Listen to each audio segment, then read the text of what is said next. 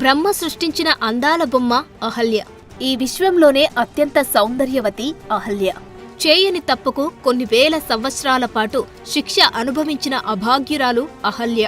భర్తే తనని అనుమానించి శపించినా అతనిపై కొంచెం కూడా కోపం లేకుండా ప్రేమను పంచిన అనురాగమూర్తి అహల్య.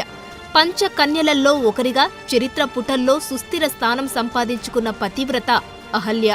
బ్రహ్మదేవుడు తన తపోశక్తిని ఉపయోగించి ఈ విశ్వంలోనే అత్యంత అందంగా ఉండేలా అహల్యను సృష్టించాడు. అందానికే అసూయ కలిగేంత అందంగా అహల్య అయోనిజగా జన్మించింది. ఈమె అందానికి ముగ్ధులైన దేవతలు అహల్యను పెళ్లి చేసుకోవడానికి పోటీపడ్డారు. దేవతల రాజు దేవేంద్రుడు సైతం అహల్యను పెళ్లి చేసుకోవాలని ఉబలాటపడ్డాడు. అయితే తన కూతురు అహల్యను పెళ్లి చేసుకోవడానికి దేవతలు పోటీ పడుతుండడంతో ఎవరైతే ముల్లోకాలను తిరిగి ముందుగా వస్తారో వారికే అహల్యను ఇచ్చి పెళ్లి చేస్తానని బ్రహ్మదేవుడు ప్రకటిస్తాడు. వెంటనే దేవతలంతా త్రిలోక ప్రదక్షిణకు బయలుదేరుతారు.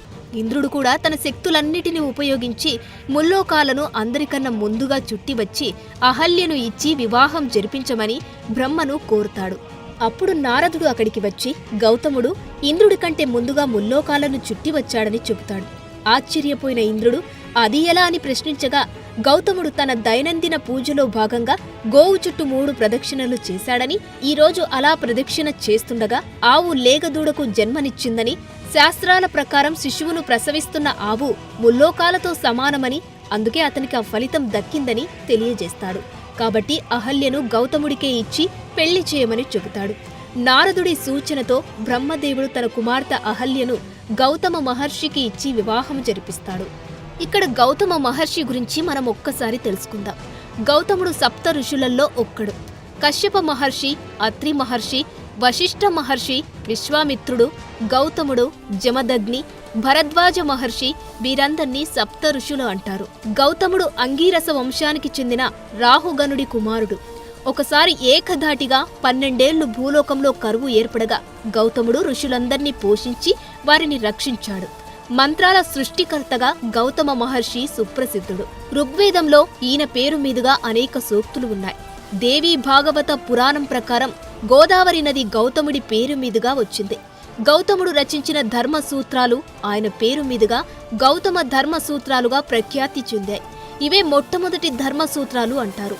గౌతముడు రాసిన ధర్మసూత్ర గ్రంథంలో 28 అధ్యాయాలు, 1000 సూత్రాలు ఉన్నాయి.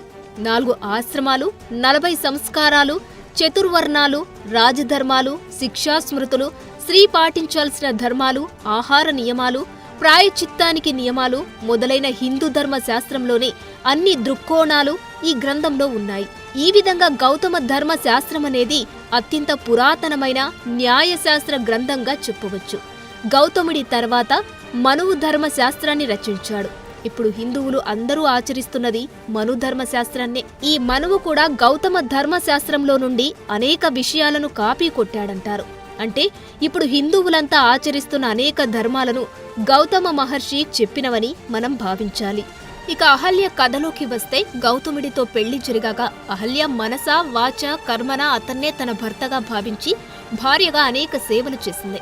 వీరి దాంపత్యానికి గుర్తుగా అహల్య గౌతముడికి శతానంద జన్మిస్తాడు. ఇతను మిథిలా రాజ్య రాజు జనకునికి గురువు.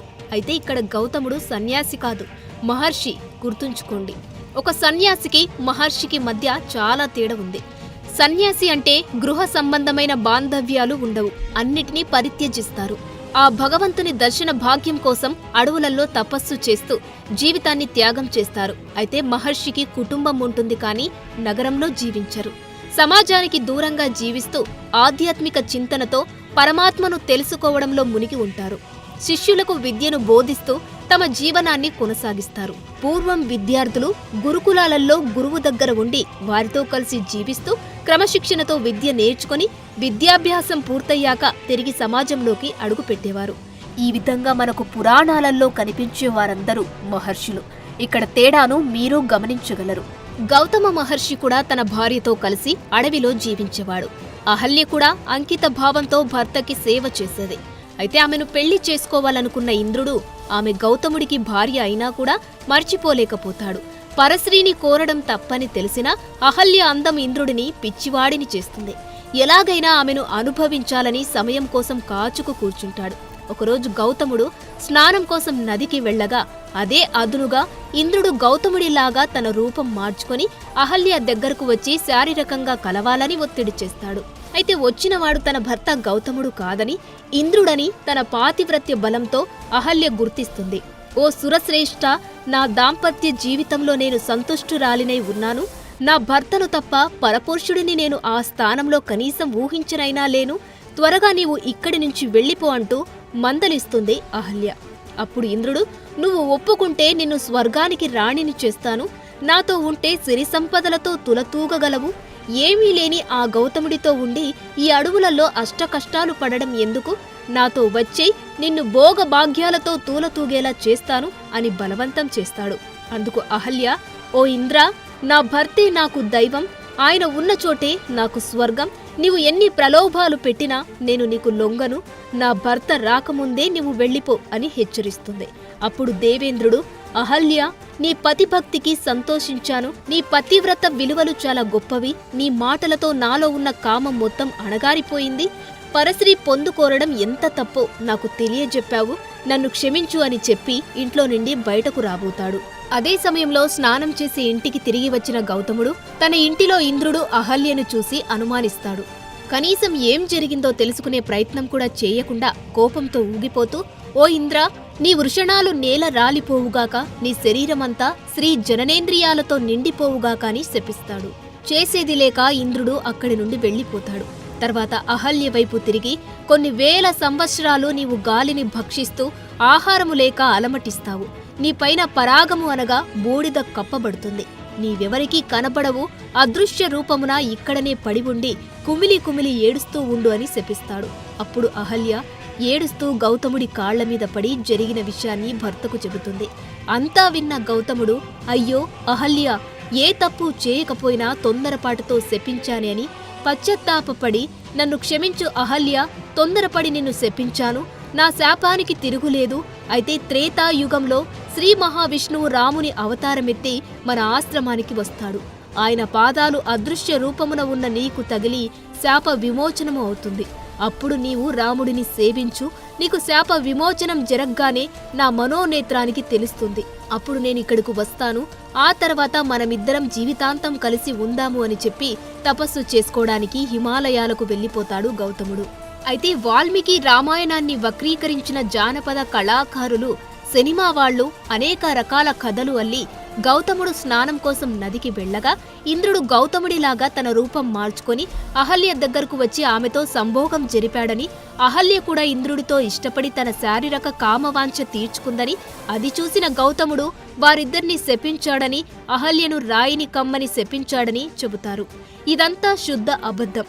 ఎండకు ఎండుతూ వానకు తడుస్తూ ఎవ్వరికీ కనబడకుండా కేవలం గాలిని మాత్రమే ఆహారంగా తీసుకుంటూ కొన్ని వేల సంవత్సరాలు ఏడుస్తూ జీవించమని శపించాడు. అంతేగాని రాయివి కమ్మని శపించలేదు. ఇది కేవలం సినిమా వాళ్ల కల్పితం మాత్రమే. ఇంకొక పురాణ కథనం ప్రకారం అపార తపోశక్తి, మేధోశక్తి సమూపార్జించుకున్న గౌతముడు ఇంద్రసింహాసనానికి అర్హత సాధిస్తాడు. గౌతముడు తన ఇంద్ర పదవికి పోటీ రావడాన్ని తట్టుకోలేని దేవేంద్రుడు గౌతముడు కామ, క్రోధ, మదమాత్సర్యాలను జయించాడా లేదా అని తెలుసుకోవడానికి ఓ పథకం వేశాడు. గౌతముడు స్నానం కోసం నదికి వెళ్ళగా ఇంద్రుడు గౌతముడిలాగా తన రూపం మార్చుకుని అహల్య దగ్గరకు వస్తాడు. వచ్చినవాడు తన భర్త గౌతముడు కాదని, ఇంద్రుడని తన పాతివ్రత్య బలంతో అహల్య గుర్తిస్తుంది. అయితే ఇంద్రుడంతటి వాడు తనను కోరుకోవడంతో తన అందం పట్ల ఒక్క క్షణం గర్వం కలుగుతుంది అహల్యకు. ఆమె మనస్సును చంచలం చేయగలిగినందుకు దేవేంద్రుడు లోలోపల మురిసిపోతాడు.